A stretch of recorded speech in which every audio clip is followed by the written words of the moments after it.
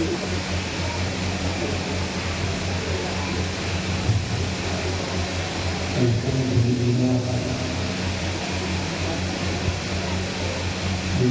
لله نحمده ونستعينه ونستغفره ونؤمن به ونتوكل عليه ونعوذ بالله من شرور أنفسنا ومن سيئات أعمالنا من يهده الله فلا مضل له ومن يضلله فلا هادي له ونشهد أن لا إله إلا الله وحده لا شريك له ونشهد أن سيدنا وسندنا وحبيبنا وشفيعنا ونبينا ومولانا محمدا عبده ورسوله صلى الله تعالى عليه وعلى آله وأصحابه وأزواجه وذرياته وأهل بيته وأتباعه أما بعد فأعوذ بالله السميع العليم من الشيطان الرجيم بسم الله الرحمن الرحيم لقد كان لكم في رسول الله أسوة حسنة وقال النبي صلى الله تعالى عليه وسلم لا يؤمن أحدكم حتى يكون هواه تبعا لما جئت به صدق الله وصدق رسوله النبي الأمي الكريم رب اشرح لي صدري ويسر لي أمري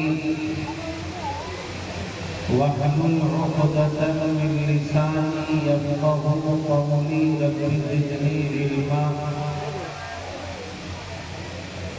اللهم صل على سيدنا محمد وعلى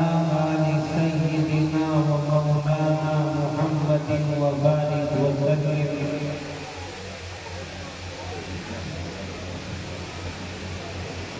معزز موقر حضرات علماء کرام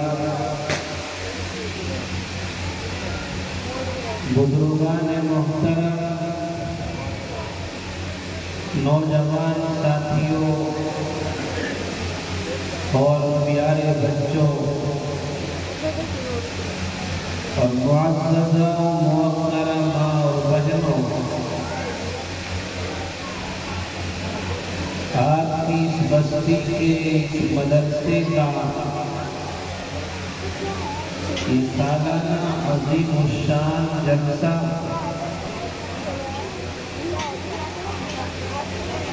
جس کے لیے ذمہ داران مدرسہ نے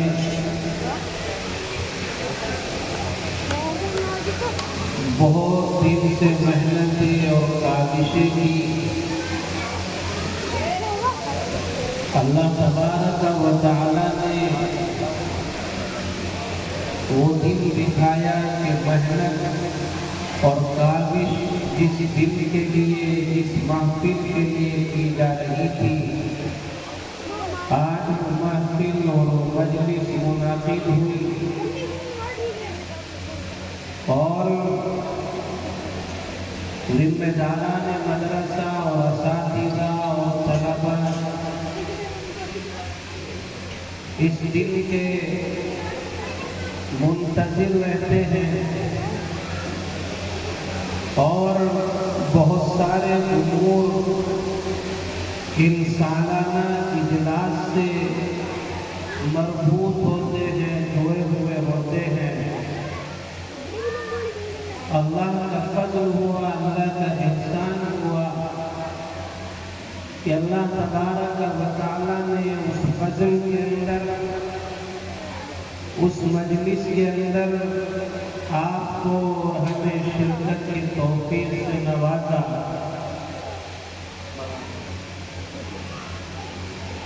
ابھی آپ حضرات بہت ہی مدلل اور محتم بشان گفتگو حضرت اقدس مولانا محمد یامین صاحب زیدہ مجدوب کی زبانی سن رہے تھے، اور دین کی باتیں کلام منظوم اور کلام منثور کی شکل میں آپ کافی دیر سے سن رہے ہیں، اس لیے کہ آپ کو روحانی غذا فراہم کرنے کے لیے حضرت مولانا مفتی زاہد صاحب نے شعراء کو، قراء کو، اکابر کو یہاں مدعو کیا ہے۔ کچھ حضرات کی تلاوتیں اور نعت و نظمیں اور تقاریر آپ حضرات سن کر فیضیاب ہو چکے ہیں۔ ابھی آپ کے گھر کے عزیز حضرت مولانا محمد صادق صاحب زیدہ مجدوب وہ بھی تشریف فرما ہے، ان کی نصیحتیں بھی آپ کو سننی ہیں۔ عزیزان گرامی، ربیع الاول کا مہینہ ختم ہوا، ربیع الثانی کا مہینہ یہ چل رہا ہے، اور بدقسمتی یہ ہے کہ ربیع الاول کا مہینہ جو کئی اعتبار سے اسلامی تقویم کا، اسلامی کیلنڈر کا ایک اہم مہینہ ہے۔ نبی اکرم صلی اللہ علیہ وسلم کی عشق اور رسول اللہ صلی اللہ علیہ وسلم سے محبت کے نام پر اس مہینے میں نہ جانے کیا کیا خرافات اور رسومات اور بدعات لوگوں نے رائج کر ڈالی، اور انہی کا نام محبت رسول، انہی چیزوں کا نام عشق رسول رکھ دیا، جبکہ اکثر کام میں ایسے ہیں کہ شریعت کے اندر ان کی کوئی جگہ نہیں، ان کے لیے کوئی جواز شریعت کے اندر نہیں ہے۔ یہ مہینہ ختم ہوا، ربیع الثانی کا مہینہ شروع ہوا، تو ملکی سطح پر ایک فتنہ برپا ہوا، ایک بڑا فتنہ ظاہر ہوا اور رونما ہوا، جس نے امت مسلمہ کو جھنجھوڑ کر رکھ دیا، اور ہم لوگوں کی نادانی، ہم لوگوں کا نہ سمجھ ہونا یہ اس حد تک جا پہنچا کہ آج رسول اللہ کی تعلیمات ہمارے لیے کیا ہیں، آپ کی ہدایات ہمارے لیے کیا ہیں، آپ کے پیغامات ہمارے لیے کیا ہیں، ان تمام چیزوں سے ہم اپنے آپ کو دور کر بیٹھے۔ وہ پیغامات رسول، وہ ہدایات پیغمبر، ہم ان کو فراموش کر کے ایسے واہی تباہی کے جملوں کے اندر جو آپ کے عرف کے اندر، ہمارے سماج کے اندر ایک آوارہ قسم کی جو جماعتیں ہوتی ہیں، جو آغوباش قسم کے لوگوں کا ٹولہ ہوتا ہے، ان کی زبان پر محبت کے لیے جو الفاظ جاری اور ساری ہوتے ہیں، اور جو الفاظ ایسے معاشرے کے اندر جو ہر اعتبار سے گرا ہوا معاشرہ ہوتا ہے، وہ الفاظ استعمال کیے جاتے ہیں، آج رسول اللہ کے لیے استعمال کر کے اپنے محبت کا ثبوت پیش کر رہے ہیں، اس سے بڑھ کر نادانی کوئی اور نہیں ہو سکتی۔ نبی اکرم صلی اللہ علیہ وسلم سے محبت کرنا ہر ایمان والے کا فریضہ ہے، اور ہر ایمان والا اللہ کے نبی سے محبت کرتا ہے، محبت کرنے کا دعویٰ کرتا ہے، مگر رسول اللہ صلی اللہ علیہ وسلم سے محبت کے کیا طریقے ہیں اور کس انداز پر رسول اللہ سے محبت کرنی ہے، آپ کے عشق کا انداز کیا ہے، وہ ہمارا خانہ ساز نہیں ہونا چاہیے، ہمارا گھر کا بنایا ہوا طریقہ نہیں ہونا چاہیے، بلکہ رسول اللہ سے محبت اس انداز پر کی جائے جس انداز پر صحابہ نے آپ سے محبت کی ہے، آپ کے دیوانوں نے آپ سے محبت کا ثبوت پیش کیا ہے، آپ کے مسانوں نے جس انداز سے رسول اللہ سے محبت کی ہے اس انداز پر ہم محبت کریں گے، اللہ کے نبی سے عشق کریں گے، وہ اللہ کی بارگاہ میں مقبول ہوگا، ورنہ تو وہ طریقہ اور محبت کا وہ انداز مردود سمجھا جائے۔ میرے بھائیوں، ہر ایمان والے کا عقیدہ ہے کہ رسول اللہ صلی اللہ علیہ وسلم کا تذکرہ کسی بھی اعتبار سے ہو، کسی بھی نوعیت سے آپ کا تذکرہ ہو، آپ کی ولادت کا تذکرہ، آپ کے بچپنے کا تذکرہ، آپ کی بعثت سے پہلے کا تذکرہ، آپ کے جینے کھانے پینے کا تذکرہ، ہر اعتبار سے سعادت مندی ہے، ہر اعتبار سے یہ اللہ سے محبت کرنے کا ایک انداز ہے، اور نبی اکرم صلی اللہ علیہ وسلم کا لوگ تذکرہ کرتے ہیں، کتابیں لکھتے ہیں، مضامین لکھے گئے، کتابیں لکھی گئی، اشعار لکھے گئے، اللہ کے نبی علیہ السلام کی تعریف ہر دور کے اندر ہوتی رہی ہے اور ہوتی رہی ہے۔ نبی اکرم صلی اللہ علیہ وسلم کی ذات گرامی کائنات کے اندر تنہا ذات گرامی ہے، جن کی سیرت پر اتنی ساری کتابیں، اتنے سارے مضامین اور بے شمار اشعار ہر زبان کے اندر لکھے گئے کہ کسی اور ذات پر نہ اتنا لکھا گیا نہ اتنا کہا گیا۔ 2002 کی بات ہے، دارالعلوم کے عظیم محدث حضرت مولانا عبدالغنی صاحب مدراسی ایک قلمکار کا تجزیہ پیش فرما رہے تھے کہ نبی اکرم صلی اللہ علیہ وسلم کی سیرت پر تقریباً چھوٹی بڑی کتابیں جو لکھی گئی ہیں ان کی تعداد اس قلمکار کی تحقیق کے اعتبار سے 32,000 کتابیں ہیں، جن میں چھوٹی کتابیں بھی ہیں اور بڑی کتابیں بھی شامل ہیں جو رسول اللہ کی سیرت پر لکھی گئی۔ دنیا کے اندر کوئی فاتح، دنیا کا کوئی قائد، دنیا کا کوئی مفکر، دنیا کا کوئی مدبر ایسا نہیں ہوتا جس پر اتنا لکھا گیا ہو، اتنا کہا گیا۔ عربی کا ایک شاعر گزرا ہے، بہت بڑا ادیب گزرا ہے، اس نے رسول اللہ صلی اللہ علیہ وسلم پر اشعار لکھے، آپ کی سیرت کو کلام منظوم کی صورت میں پیش کیا، اور 1000 2000 نہیں بلکہ 40,000 اشعار رسول اللہ کی سیرت پر اس نے کہے، اور اخیر میں اس نے اپنی عزت کا اعتراف کیا اور کہا کہ 1000 اشعار میں کہہ چکا ہوں، 40,000 اشعار اپنی ایک لمبے مدت اور اپنی عمر کا نچوڑ پیش کر چکا ہوں، مگر ابھی آپ کی مدد باقی ہے، آپ کی سیرت باقی ہے، آپ کا تذکرہ باقی ہے، آپ کے اوصاف باقی ہیں، آپ کے کمالات باقی ہیں، اور آخر اللہ کے نبی کی سیرت کو پورے طور پر کوئی بیان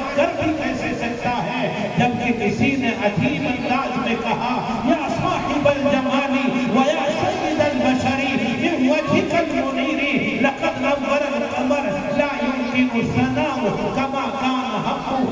بعد خدا حسن تو قصہ مختصر اللہ کی ذات کے بعد میں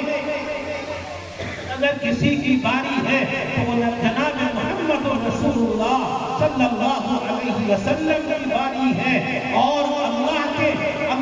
تبارک و تعالیٰ کی تعریف ہے اور اللہ تبارک و تعالیٰ کی نعمت ہے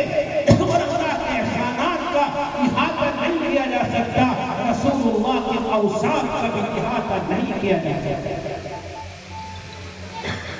نبی اکرم صلی اللہ علیہ وسلم نبیوں میں سب سے اخیر میں تشریف لائے، مگر اللہ کے نبی کی حدیث ہے انا فاتح النبیین و خاتم النبیین۔ رسول اللہ صلی اللہ علیہ وسلم ارشاد فرماتے ہیں کہ میں نبیوں میں سب سے پہلا ہوں اور نبیوں میں سب سے آخری بھی میں ہی ہوں، یعنی نبیوں میں اللہ تبارک و تعالیٰ نے جس کے وجود کو اللہ تبارک و تعالیٰ نے مقدر فرمایا ہے وہ محمد رسول اللہ کا وجود ہے، وہ محمد رسول اللہ کا نور ہے، اور دنیا کے اندر آنے کے اعتبار سے آپ سارے نبیوں میں سب سے بعد میں تشریف لائے۔ نبی اکرم صلی اللہ علیہ وسلم ابھی دنیا کے اندر تشریف نہیں لائے، آپ کی والدہ محترمہ بی بی آمنہ اچھے خواب دیکھ رہی ہیں اور رسول اللہ صلی اللہ علیہ وسلم کی آمد کی برکتیں آپ کی آمد سے پہلے محسوس کر رہی ہیں، اور آپ کے دادا خواجہ عبد المطلب ابھی آپ کا تولد نہیں ہوا، ابھی آپ کی ولادت نہیں ہوئی، یہ خواب دیکھتے ہیں خواجہ عبد المطلب کہ ایک زنجیر ہے اور اتنی بڑی زنجیر کہ اس زنجیر کا ایک سرا زمین سے ملا ہوا ہے، ایک سرا آسمانوں سے ملا ہوا ہے، ایک سرا مشرق سے ملا ہوا ہے، ایک سرا مغرب سے ملا ہوا ہے، اتنی بڑی زنجیر خواجہ عبد المطلب اپنے خواب میں دیکھتے ہیں۔ ابھی یہ خواب دیکھ ہی رہے تھے کہ وہ زنجیر یکایک ایک درخت کے اندر تبدیل ہو جاتی ہے، اور وہ جو زنجیر آپ کو خواب میں دیکھ رہی تھی وہ درخت اور شجر کی شکل میں تبدیل ہو جاتی ہے، اور وہ درخت اتنا نورانی کہ اس کے ہر پتے پر سورج کے نور سے 70 گنا زیادہ روشنی اور نور محسوس ہو رہا ہے، وہ درخت ظاہر ہوتا ہے، وہ زنجیر درخت کی شکل میں تبدیل ہوتی ہے۔ کچھ لوگ ہیں جو اس درخت کے سائے میں پناہ لینے کے لیے دوڑتے ہیں، کچھ لوگ ہیں جو اس درخت کو کاٹنا چاہتے ہیں، اس درخت کو ختم کرنا چاہتے ہیں۔ خواجہ عبد المطلب صبح کا سویرا نمودار ہوا، کسی معبر کے پاس پہنچے، خواب کی تعبیر دینے والے کے پاس پہنچے اور اپنا خواب بیان کیا۔ خواجہ عبد المطلب کا خواب سن کر معبر نے، خواب کی تعبیر پیش کرنے والے نے بتلایا کہ آپ کی نسل میں ایک بچہ ایسا پیدا ہوگا جس کی تعریف زمین میں کی جائے گی، آسمانوں میں کی جائے گی، جس کے ماننے والے مشرق میں ہوں گے، مغرب میں ہوں گے، شمال میں ہوں گے، جنوب میں ہوں گے، کائنات کے ہر خطے میں، کائنات کے ہر حصے میں اس کے چاہنے والے، اس کے ماننے والے، زمین میں اس کی تعریف کرنے والے، آسمانوں میں اس کی تعریف کرنے والے ہوں گے۔ خواب کی تعبیر خواجہ عبد المطلب کو یہ بیان کی۔ رسول اللہ صلی اللہ علیہ وسلم کا تولد ہوا، آپ کی ولادت ہوئی، 60 دن خواجہ عبد المطلب نے شرفائے مکہ کو بلایا، آپ کا عقیقہ کیا اور آپ کا نام محمد تجویز کیا۔ لوگوں نے پوچھا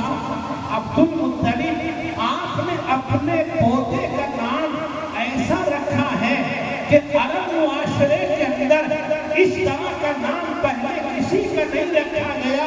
اس طرح کے نام کا کوئی فرق دنیا کے اندر موجود نہیں ہے، نہ عرب میں ہے نہ غیر عرب میں ہے، آپ نے یہ نام کیوں رکھا؟ خواجہ عبدالمطلب نے جواب دیا، میں نے اپنے پوتے کا یہ نام اس لیے رکھا ہے تاکہ میرے پوتے کی تعریف کی جائے، میرے پوتے کا اچھائی کے ساتھ تذکرہ کیا جائے۔ محمد کے لغوی معنی ہی آتے ہیں، وہ ذات جس کی تعریف کی جائے، جس کی مدح سرائی کی جائے، اس کو محمد کہا جاتا ہے۔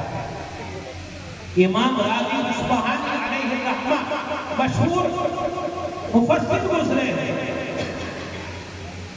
مفردات القرآن کے اندر لکھتے ہیں کہ یہ ترجمہ بالکل اپنی جگہ پر درست ہے، لغوی اعتبار سے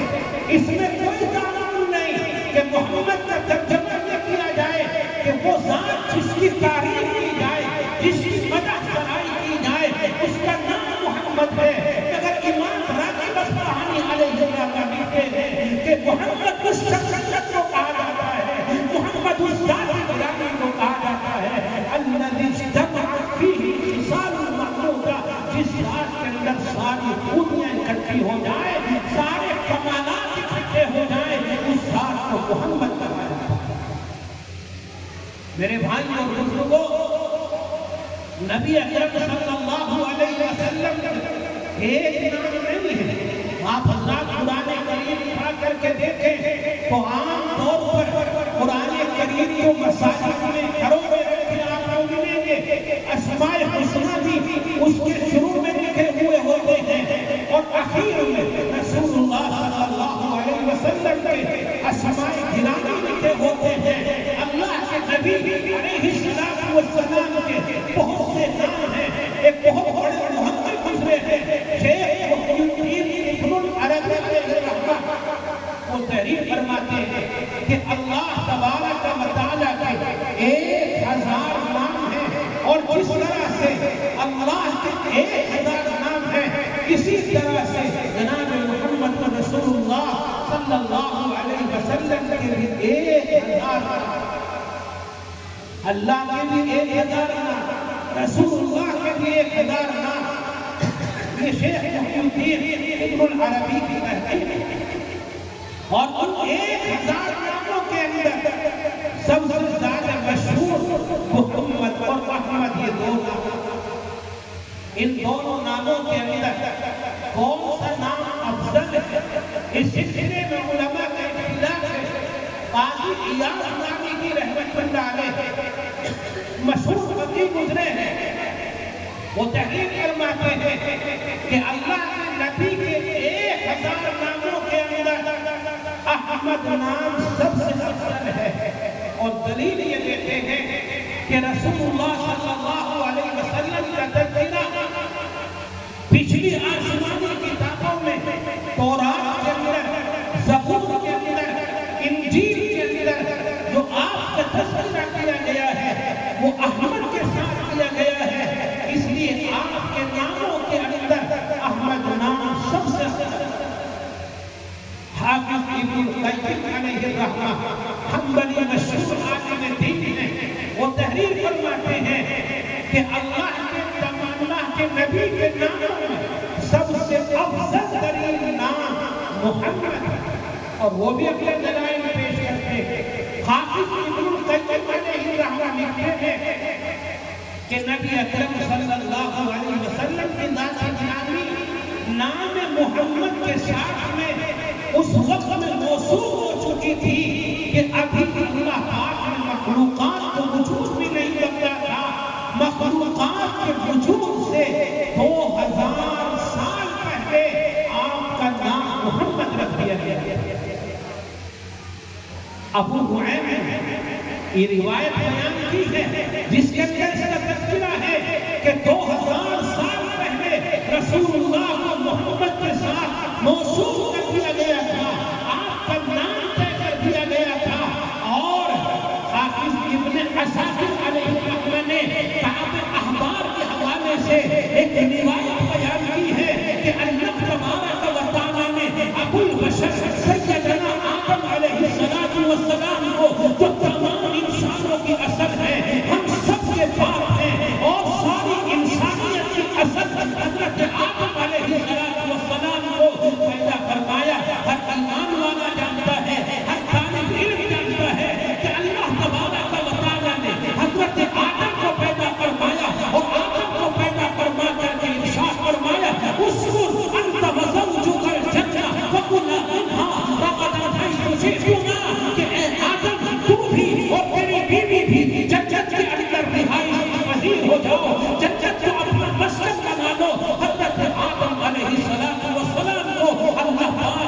عطا فرما کر جنت میں ٹھکانہ عطا فرمایا۔ صحابہ احبار روایت بیان کرتے ہیں کہ حضرت آدم علیہ السلام جنت کے اندر داخل ہوئے تو حضرت آدم نے دیکھا کہ جو جنت کے محلات ہیں، جو جنت کے قصور ہیں، ان کے دروازوں پر اور ان کے اوپر محمد رسول اللہ لکھا ہوا ہے۔ حضرت آدم جنت میں پہنچے اور جنت کی حوروں کو دیکھا تو ان کے سینے پر محمد لکھا ہوا ہے۔ حضرت آدم جنت میں پہنچے وہاں کے خلیان کو دیکھا تو ان کی پیشانیوں پر محمد لکھا ہوا ہے۔ حضرت آدم نے دیکھا سدرۃ المنتہا کے پتے پر محمد رسول اللہ لکھا ہوا ہے۔ حضرت آدم نے دیکھا ساتھ عرش پر، عرش کے سرے پر محمد رسول اللہ لکھا دیکھا۔ ہر جگہ محمد رسول اللہ حضرت آدم نے لکھا ہوا دیکھا۔ ابھی اللہ کے نبی کو وجود نہیں ملا۔ اللہ تبارک و تعالیٰ نے آپ کا نام محمد رکھوایا، آپ کا نام احمد رکھوایا۔ حضرت آمنہ کو اللہ تبارک و تعالیٰ نے یہ الہام فرمایا کہ آپ اپنے بیٹے کا، اپنے لخت جگر کا، اپنے پورے نسل کا نام محمد رکھنا، احمد رکھنا۔ دونوں قسم کی روایتیں ہیں۔ امام بخاری رحمۃ اللہ علیہ شخص ارشاد کے اندر تحقیق فرماتے ہیں کہ اللہ کے نبی کے 1000 یا 300 یا 99 نام ہیں۔ حافظ یقری شیخ ابو قاسم کے حوالے سے لکھتے ہیں کہ محمد رسول اللہ سے پہلے اس دھرتی پر، اس روئے زمین پر نام محمد کا کوئی فرد دنیا کے اندر نہیں تھا۔ ہاں، کچھ لوگوں نے آسمانی کتابوں کے ذریعے اور نبیوں کی زبانی سن کر اپنے کچھ بچوں کا نام محمد رکھا تھا اور اس طرح کے نام پہلے رکھے گئے، مگر وہ چند اشخاص سے جن کے نام محمد رکھے گئے۔ علامہ ابن فوری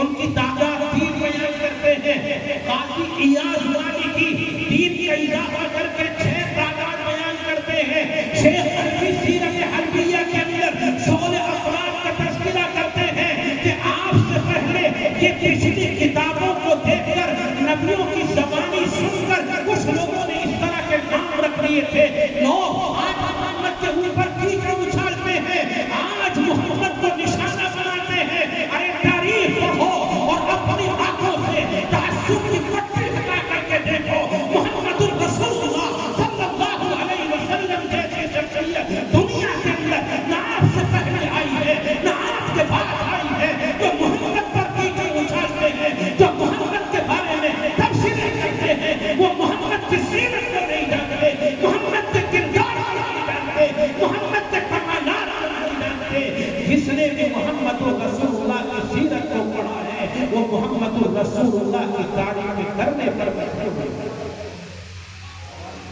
میرے بھائی اور بزرگوں، آپ جب سیرت کے تعلق سے کتابیں اٹھا کر کے دیکھو گے تو اگر آپ کے چاہنے والوں نے،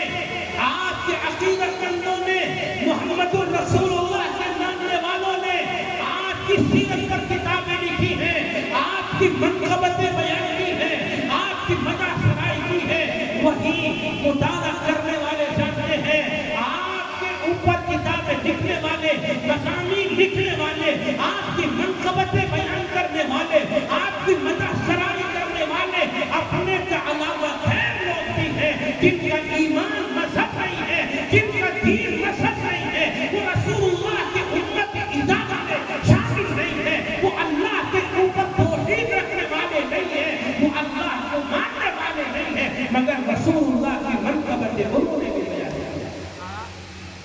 میرے بھائیوں، رسول اللہ صلی اللہ علیہ وسلم دنیا کے اندر تشریف لائے، سارے نبیوں میں سب سے اونچا مقام آپ کا ہے، سب سے اعلیٰ و ارفع اللہ نے آپ کو مقام عطا فرمایا ہے۔ آپ جیسے دنیا کے اندر نہ آپ سے پہلے کوئی آیا نہ آپ کے بعد کوئی دنیا کے اندر آ سکے گا۔ وَأَحْسَنَ مِنْكَ لَمْ تَرَ قَطُّ عَيْنِي وَأَجْمَلَ مِنْكَ لَمْ تَلِدِ النِّسَاءُ خُلِقْتَ مُبَرَّأً مِنْ كُلِّ عَيْبٍ كَأَنَّكَ قَدْ خُلِقْتَ كَمَا تَشَاءُ۔ اللہ تبارک و تعالیٰ نے آپ کو جو حسن دیا، آپ کو جو کمال دیا، آپ کو جو کرامتیں دی، آپ کو جو معجزات عطا فرمائے، وہ کسی کو بھی نہیں عطا کیے گئے۔ آپ کا حسن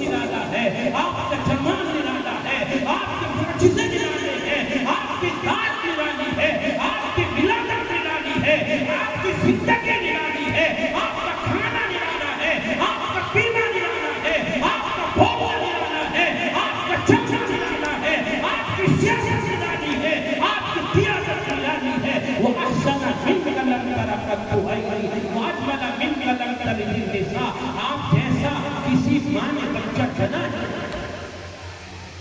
میرے بھائیوں، رسول اللہ صلی اللہ علیہ وسلم سارے نبیوں میں سب سے اعلیٰ اور افضل، اور اسی نبی کی برکت سے اللہ پاک نے ہمیں اور آپ کو بھی ساری امتوں میں افضل بنایا۔ نبی سب سے اونچا، نبی کی امت سب سے اونچی،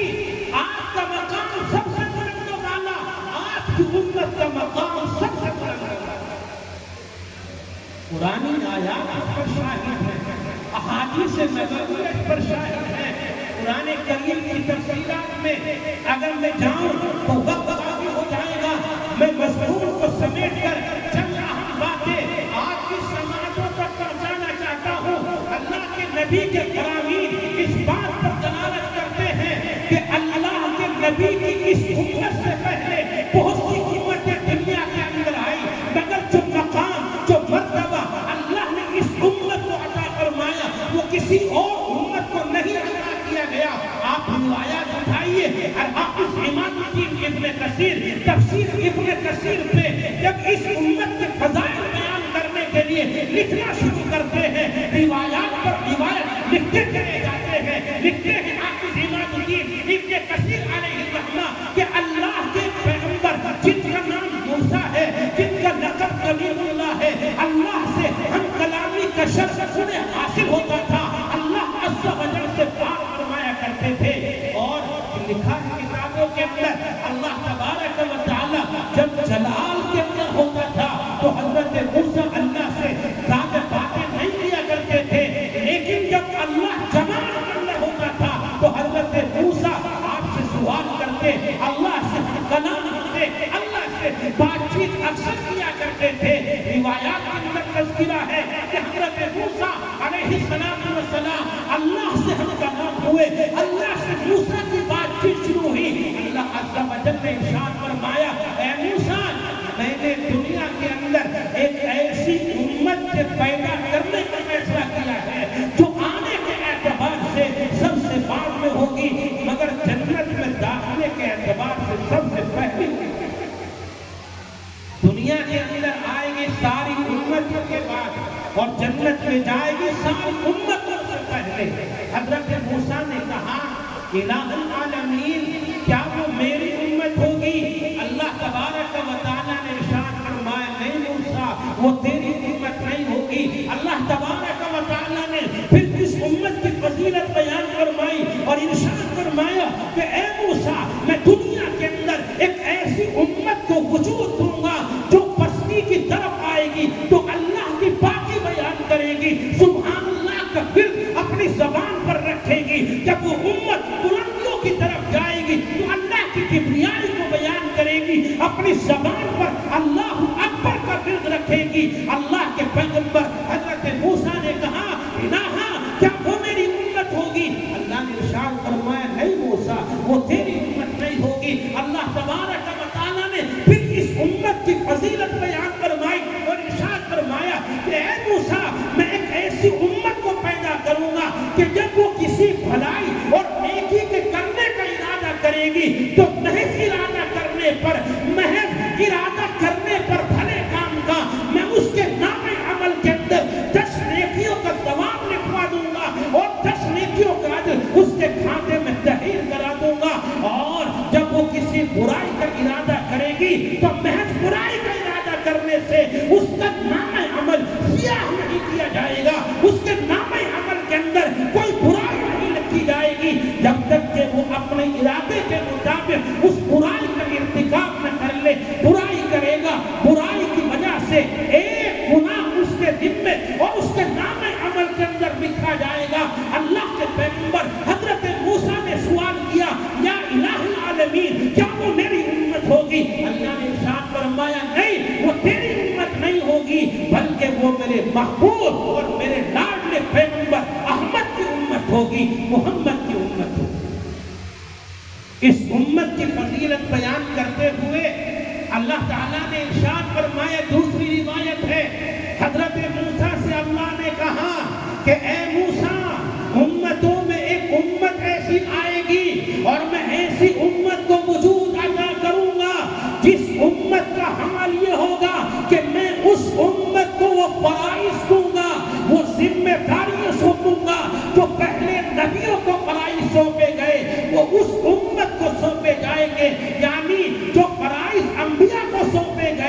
اور جو انبیاء کے لائق اور مناسب فرائض ہیں وہ میں اس امت کو فرائض عطا فرماؤں گا۔ اللہ کے پیغمبر موسیٰ نے کہا الہا کیا وہ میری امت ہوگی؟ اللہ نے ارشاد فرمایا نہیں، وہ میرے احمد کی امت ہوگی، میرے لاڈلے کی امت ہوگی۔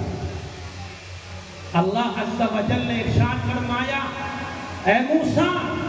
ایک امت ایسی وجود پذیر ہوگی جس امت کے نماز کے ٹائم ٹیبل سورج سے جڑے ہوئے ہوں گے، وہ اپنی نماز ادا کرے گی، نمازوں کا حساب لگائے گی سورج کے اعتبار پہ۔ آپ دیکھیے اللہ تبارک و تعالی نے اس امت کو 5 وقت کی نمازیں ادا کروائی ہے، ساری کی ساری نمازوں کا سسٹم اور نظام میں جڑا ہوا ہے، وہ سورج سے جڑا ہوا ہے۔ مختلف فضائل اللہ تبارک و تعالی نے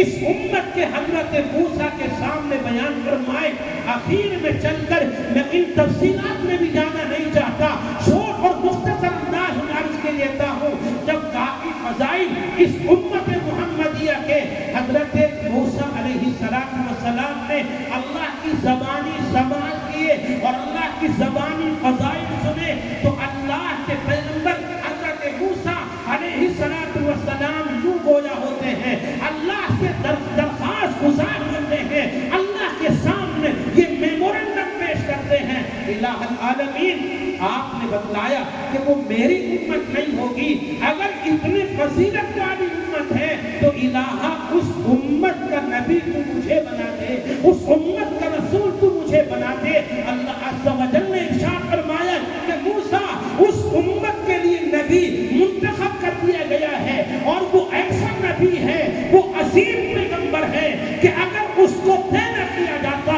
اس کو دنیا میں بھیجنے کا فیصلہ نہ ہوتا تو کائنات کو وجود نہ عطا کیا جاتا، کائنات کو وجود نہ بخشا جاتا۔ میرے بھائیوں اسی لیے کہا جاتا ہے کہ اللہ کے نبی علیہ السلام کائنات کے اعتبار سے اصل ہے اور ساری کی ساری کائنات یہ محمد کا صدقہ ہے، محمد رسول اللہ کا جو ہے۔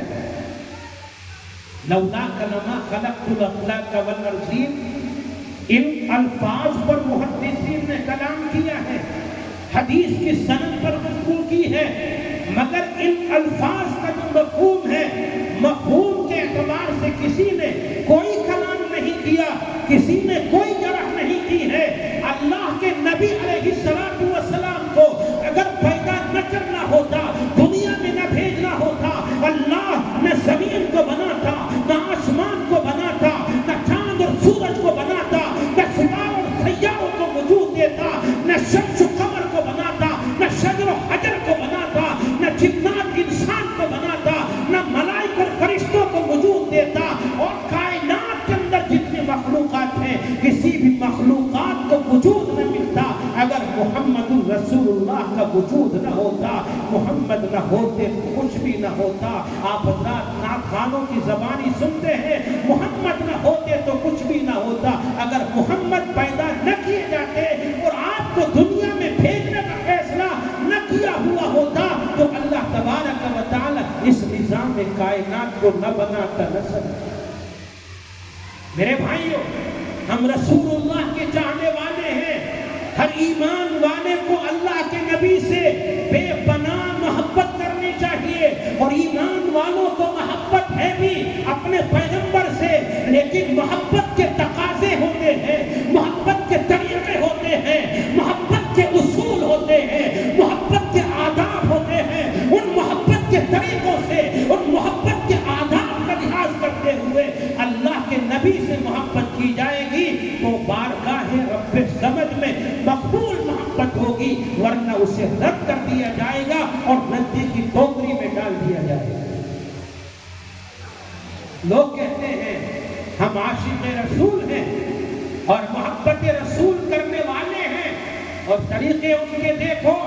الامان الحفیظ آج محبت رسول کے عنوان پر جو جلوس نکالے جا رہے ہیں، محبت رسول کے نام پر جو کانفرنسیں کی جا رہی ہیں اور جو پروگرام کیے جا رہے ہیں، ان کے اندر ایسی احمقانہ حرکتیں کی جا رہی ہیں کہ شیطان بھی ان کو دیکھ کر شرم آ جاتا ہے۔ میرے بھائیوں، بعض مواقع پر رسول اللہ صلی اللہ علیہ وسلم کے چاہنے والوں نے آپ سے محبت کا ایک انداز اختیار کیا، مگر رسول اللہ صلی اللہ علیہ وسلم نے منع فرما دیا کہ محبت اگر تمہیں مجھ سے ہے تو اس محبت کا مطلب یہ نہیں ہے کہ تم اس عمل کو کرو۔ روایات کے اندر تذکرہ ہے، عبد الرحمن ابن ابی قرات کی روایت ہے، رسول اللہ صلی اللہ علیہ وسلم وضو فرما رہے ہیں، آپ کے چاہنے والے، آپ کے دیوانے، آپ کے مستانے وہاں پر موجود ہیں، وہاں پر حاضر ہے۔ رسول اللہ صلی اللہ علیہ وسلم کسی وضو کو دھونے کے لیے ہاتھ میں پانی لیتے ہیں، وضو کو دھوتے ہیں، اور آپ کے وضو سے مس کر کے آپ کے جسم میں اثر سے، جسم مبارک سے پانی ٹچ کر کے جو زمین پر گرنا چاہتا ہے، صحابہ کرام اسے اپنے لبوں میں لے لیتے ہیں، اپنے ہاتھوں میں لے کر کوئی اپنے چہرے سے اس پانی کو مل رہا ہے، کوئی اپنے سینے پر پانی کو مل رہا ہے، کوئی آنکھوں پر پانی کو مل رہا ہے۔ رسول اللہ صلی اللہ علیہ وسلم اس منظر کو دیکھ رہے ہیں، آپ نے ارشاد فرمایا یہ کام تم کس لیے کر رہے ہو؟ کس چیز نے آمادہ کیا کہ تم میرے اعضاء سے ٹچ کیے ہوئے پانی کو، مس کیے ہوئے پانی کو اپنے ہاتھوں میں لے کر، ہاتھوں میں مل کر کوئی سینے پر پھیر رہا ہے، کوئی چہرے پر رگڑ رہا ہے، کوئی آنکھوں پر پھیر رہا ہے؟ صحابہ کرام رضوان اللہ علیہم اجمعین نے جواب دیا، یا رسول اللہ آپ کی محبت ہمیں اس چیز پر آمادہ کر رہی ہے اور یہ کام ہم آپ کی محبت میں کر رہے ہیں۔ رسول اللہ صلی اللہ علیہ وسلم نے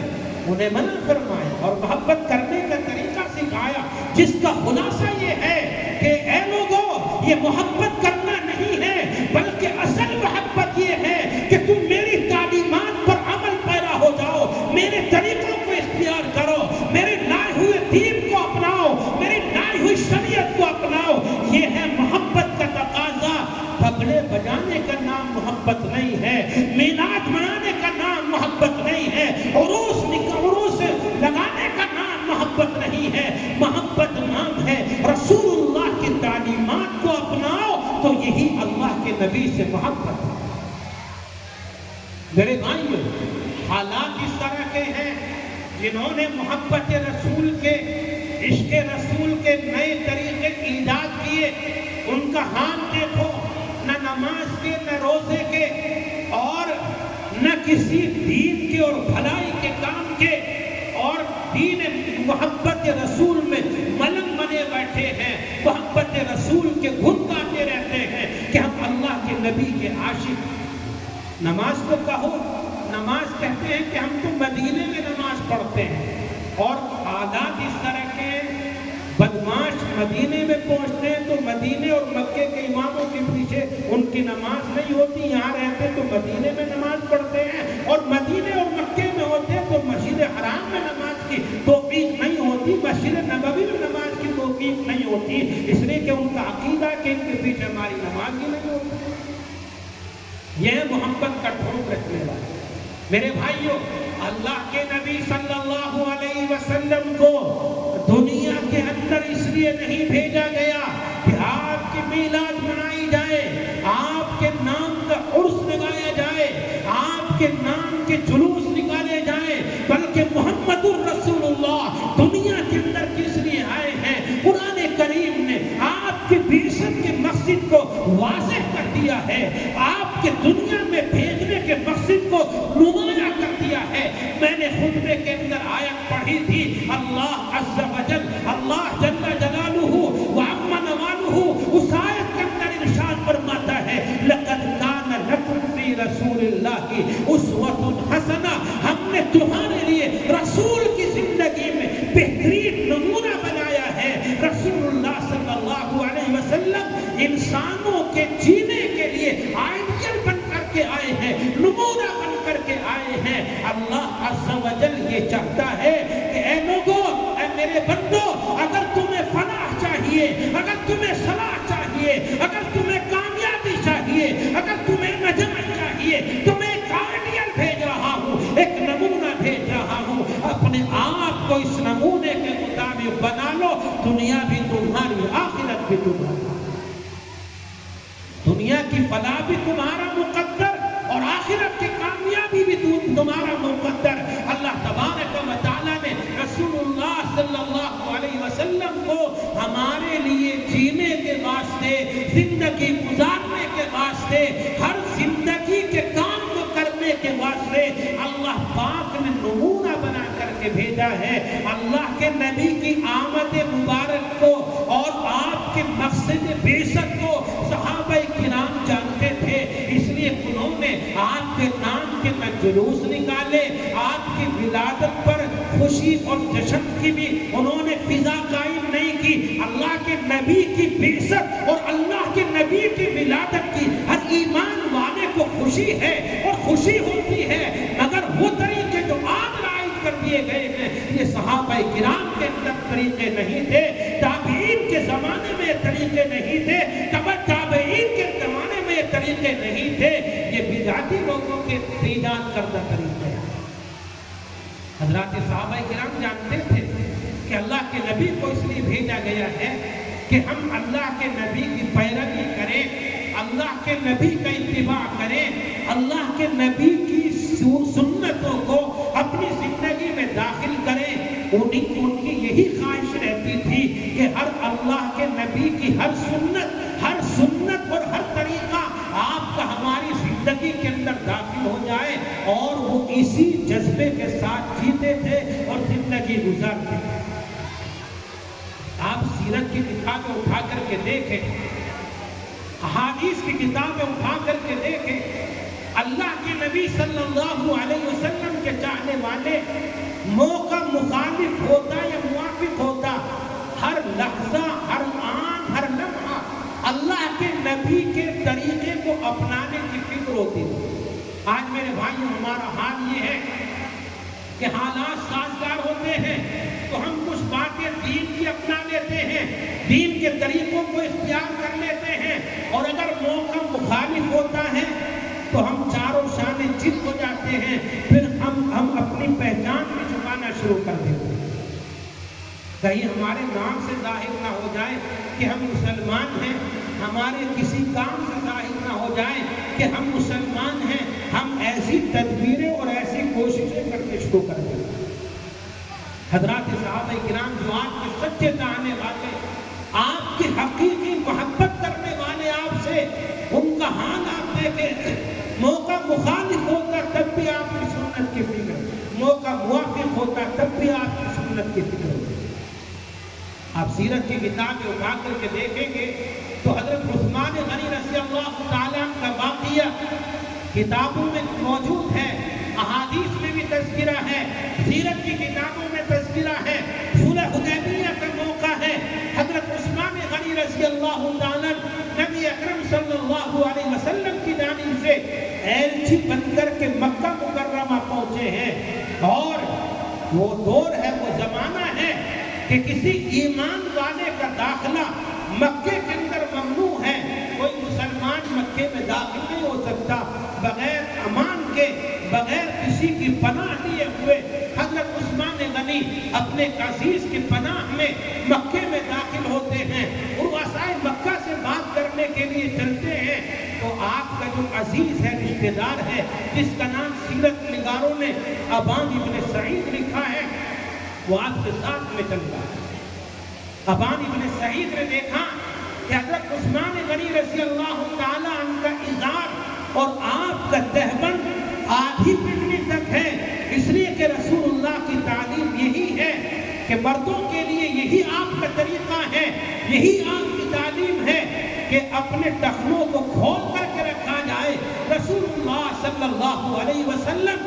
اپنے ازار کو آدھی پنڈلی تک رکھتے تھے، یہ آپ کی سنت ہے، یہ آپ کا طریقہ ہے۔ آدھی پنڈلی سے نیچے اپنے پائجامے کو، اپنے تہبند کو رکھا جائے تو شریعت نے اس کی اجازت دی ہے، مگر ٹخنے چھپانے کی مردوں کو اجازت نہیں ہے۔ حدیث پاک میں رسول اللہ صلی اللہ علیہ وسلم نے ارشاد فرمایا، ما اسفل من الکعبین من الازار فی النار، کہ جو ٹخنے ازار کے ذریعے چھپے ہوئے ہوں گے وہ جہنم کا ایندھن بنے گی۔ مردوں کے لیے تعلیم ہے کہ اپنے ٹخنوں کو کھول کر کے رکھے اور عورتوں کو اپنے ازار کو اور اپنے لباس کو نیچے رکھنے کی تعلیم ہے۔ مگر کیا کہیے میرے بھائیوں، آج کل تو طریقہ ہی الٹا چل گیا، الٹی گنگا بہنے شروع ہو گئی۔ مردوں کا حال یہ ہے کہ وہ اپنے تہبند کو، اپنی پینٹ کو، اپنے پائجامے کو اتنا نیچے کر کے چلتے ہیں کہ ایسا لگتا ہے شاید ذمہ داری راستوں کی صفائی کرنے کے لیے لوگوں کی بنا دی ہے۔ راستے میں گھسٹتے ہوئے ان کے لباس چلتے ہیں، اور عورتوں کا حال یہ ہے ان کے لباس ناقص ہوتے چلے جا رہے ہیں۔ آستین چڑھتے چڑھتے بالکل اوپر پہنچ گئی اور شلوار کے پائچے کھسکتے کھسکتے اوپر کو چلے جا رہے ہیں۔ اللہ جانے کہاں پہنچیں گے یہ پائچے۔ میرے بھائیو یاد رکھو، نبی اکرم صلی اللہ علیہ وسلم کا فرمان ہے، رب کاسیۃ فی الدنیا عاریۃ فی الآخرہ، او کما قال علیہ الصلوۃ والسلام۔ اللہ کے نبی صلی اللہ علیہ وسلم ارشاد فرماتے ہیں کہ دنیا کے اندر بہت سی عورتیں ایسی ہیں جو لباس پہنے ہوئے ہوتی ہیں، لباس پہننے والی ہیں، مگر کل قیامت میں اللہ پاک انہیں ننگے پن کی سزا دے گا۔ دنیا تو سمجھ رہی ہے کہ ہم لباس پہن رہے ہیں، ہم قیمتی اور فاخر جوڑے سے اب تک کیے ہوئے ہیں، مگر اللہ تبارک و تعالی انہیں کل میدان محشر میں ننگے پن کے عذاب کے اندر مبتلا کرے۔ محدثین کرام نے جب اس حدیث کے اوپر قلم اٹھایا تو محدثین نے لکھا ہے کہ 3 قسم کے لباس عورتوں کے ایسے ہیں کہ وہ شریعت کی نگاہ میں لباس نہیں ہے، وہ ننگا پن ہے، وہ عریانیت ہے، لباس شریعت اس کا نام رکھتی ہی نہیں۔ نمبر 1، محدثین لکھتے ہیں کہ اگر کوئی عورت اتنا ناقص اور ادھورا لباس سے تنگ کرتی ہے کہ شریعت نے جن حصوں کو ڈھانپنے کا حکم دیا ہے ان حصوں کو نہیں ڈھانپتا وہ لباس، وہ حصے کھلے رہتے ہیں، عورتوں کے لباس کا اندر میرے بھائی اور بزرگوں یہاں تک جو ہاتھ کے گٹے ہیں، یہاں ہاتھ کے گٹوں تک عورتوں کی قمیص کی آستینیں ہونی چاہیے۔ اگر آستین ان کی اوپر چڑھی ہوئی ہے یا شلوار اوپر چڑھی ہوئی ہے، پائچے اوپر ہیں، تو یہ لباس ادھورا ہے۔ ہم سوچ رہے ہیں کہ ہماری بہنیں، ہماری مائیں، ہماری بچیاں لباس پہنے ہوئے ہیں، کل قیامت میں وہ ننگی سمجھی جائیں گی اور اللہ پاک ننگے پن کے عذاب میں انہیں مبتلا کرے گا۔ محدثین اعظام حدیث پاک کی تشریح کرتے ہوئے لکھتے ہیں کہ اگر کوئی عورت اتنا باریک اور جانی نما لباس استعمال کرتی ہے کہ اس لباس کے اندر چمڑی کی رنگت، چمڑی کا کلر، چمڑی گوری ہے کہ کالی ہے، اس چیز کا احساس ہوتا ہے، اندر کا نظر آتا ہے، تو ہم سمجھ رہے ہیں چاہے وہ 1000 کا لباس ہو یا 20,000 کا جوڑا ہو، ہم اسے لباس تصور کیے ہوئے ہیں، ہم اسے جوڑا سمجھ رہے ہیں، مگر میدان محشر میں ایسا لباس زیب تن کرنے والی ننگی سمجھی جائے گی اور اللہ پاک عریانیت کا عذاب اس کو دے گا اور عریانیت کے عذاب میں اللہ اسے مبتلا کرے گا۔ محدثین اعظام مزید لکھتے ہیں کہ اگر کوئی عورت اتنا ٹائٹ اور اتنا چست لباس اختیار کرتی ہے کہ جسم کے اندر، اس لباس کے اندر جسم کے نشے و فراز، ابھرا ہوا حصہ، کہاں نشیبی حصہ ہے، کہاں فراز والا حصہ ہے، اس چیز کا احساس اگر لباس کے اندر ہو رہا ہے، لباس اور جوڑے پہن کر کے ہو رہا ہے، تو یہ بھی لباس نہیں ہے، یہ بھی ننگا پن ہے اور یہ بھی عریانیت ہے۔ ایمانداری سے بتلاؤ میرے بھائیوں، یہاں کوئی باپ بیٹھا ہے، کوئی بھائی بیٹھا ہے، کوئی شوہر بیٹھا ہے اور پنڈال کے اندر پس پردہ کوئی ماں بیٹھی ہے، کوئی گھر کی ذمہ دار عورت بیٹھی ہے۔ آج ہمارے معاشرے کے اندر، آج ہمارے سماج کے اندر ان 3 قسم کے لباس کے علاوہ کوئی 4تھی قسم کا لباس استعمال ہو رہا ہے، یا تو لباس ادھورا استعمال ہو رہا ہے، یا جھاری نما لباس استعمال ہو رہا ہے، یا ٹائٹ لباس استعمال ہو رہا ہے. یاد رکھو شریعت کی نگاہ میں ان کا نام لباس ہے ہی نہیں. لباس وہ ہے جو اندر کی چمڑی اور چمڑی کو چھپانے والا ہو, احساس نہ ہونے دے, اندر جسم کے کلر کو دیکھنے نہ دے, اور پورا لباس ہو, کوئی حصہ کھلنے نہ پائے, نشے و فراز کا احساس نہ ہونے دے. شریعت کی نگاہ میں وہ لباس ہے. عورتوں کے لیے اللہ کے نبی کی یہ تعلیم ہے, اور مردوں کے لیے تعلیم یہ ہے کہ وہ اپنے ٹخنوں کو کھول کر کے رکھیں. عثمان غنی رضی اللہ تعالیٰ عنہ سے ان کے عزیز نے کہا کہ عثمان, تم روزائے مکہ سے بات کرنے کے لیے جا رہے ہو, اور تم جانتے ہو کہ مکے کے رئیسوں کا, مکے کے سرداروں کا یہ حال ہے کہ ان کے یہاں جس کا لباس, جس کا ازار جتنا لٹکا ہوا ہوتا ہے, ان کی نگاہ میں وہ اتنا ہی محترم اور اتنا ہی بلند مرتبے کا آدمی سمجھا جاتا ہے. ایک کام کرو, تم ان سے بات چیت کرنے کے لیے جا رہے ہو, ذرا اپنا ازار نیچے کر لو اور نیچے کو اسے کھسکا لو, تاکہ ان کی نگاہ میں تمہاری منزلت پیدا ہو, تمہاری قدر ان کی نگاہ میں پیدا ہو. میرے بھائیوں, سراسر اسلام کے مخالف ماحول ہے. کوئی ایمان والا اس جگہ پر داخل بھی نہیں ہو سکتا. ایسے مخالف ماحول کے اندر حضرت عثمان غنی رضی اللہ تعالیٰ کیا فرماتے ہیں, ارشاد فرماتے ہیں, لا ہاکذا عزرت صاحبنا صلی اللہ علیہ وسلم. نہیں, میں یہ کام نہیں کر سکتا. میں محمد الرسول اللہ کا غلام ہوں, اور اللہ کے نبی کے ازار کو جس طرح سے میں نے دیکھا ہے, اپنا ازار آپ کے ازار کو دیکھنے کے بعد میں تبدیل نہیں کر سکتا. چاہے میری جان جائے, چاہے یہ لوگ مجھے عزیز سمجھے یا ذلیل سمجھے, میں اللہ کے نبی کے طریقے کو نہیں چھوڑ سکتا. میرے بھائیوں, اس کا نام ہے محبت رسول. ویسے تو جلوس نکالتے پھرے, ہنگامہ آرائی کرتے پھرے, صورتحال یہ ہے کہ نہ چہرے سے مسلمان نظر آئے, نہ کردار سے مسلمان نظر آئے, نہ اخلاق سے مسلمان نظر آئے. یہ عشق رسول نہیں ہے, یہ محبت رسول نہیں ہے, یہ تو شیطان کے جھمیلوں میں پھنسا ہوا انسان ہے, شیطان کے طریقوں پر چلنے والا انسان ہے. یہ عاشق رسول نہیں ہو سکتا, یہ محب رسول نہیں ہو سکتا.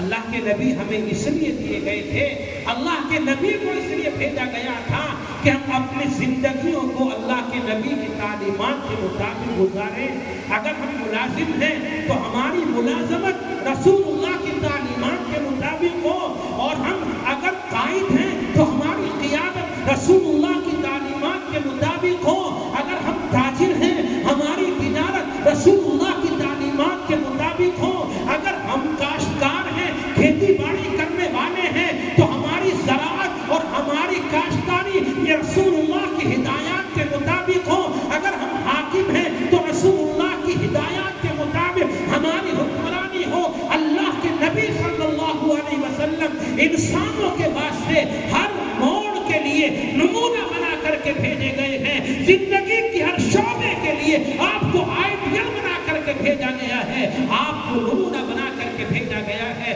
میرے بھائیوں, اگر ہم اپنی محبت میں سچا ہونا چاہتے ہیں اور اللہ کے نبی کے سچے عاشق بننا چاہتے ہیں, اپنے ایمان کو کامل کرنا چاہتے ہیں, تو ہم سب کے لیے ضروری ہے, مردوں کے لیے بھی ضروری, عورتوں کے لیے بھی ضروری, جوانوں کی بھی ذمہ داری, بوڑھوں کی بھی ذمہ داری, عوام کی بھی ذمہ داری, علماء کی بھی ذمہ داری کہ ہم رسول اللہ کی سیرت کو اپنائیں, رسول اللہ کے نمونے کے مطابق اپنی زندگی کو گزاریں. جب ہم اللہ کے نبی کے اسوہ حسنہ کے مطابق اپنی زندگی کو گزاریں گے تو اللہ ہماری دنیا کو بھی بہتر بنائے گا, اور دنیا سے زیادہ کامیاب اللہ ہماری آخرت کو بنائے گا. اللہ تبارک و تعالیٰ سے دعا ہے, اللہ تبارک و تعالیٰ ہم سبوں کو اپنے لاڈلے پیغمبر سے سچی محبت, سچا عشق کرنے کی توفیق نصیب فرما دے, اور آپ کی تعلیمات کے مطابق اپنی زندگی کو گزارنے کی توفیق نصیب فرما دے. دنیا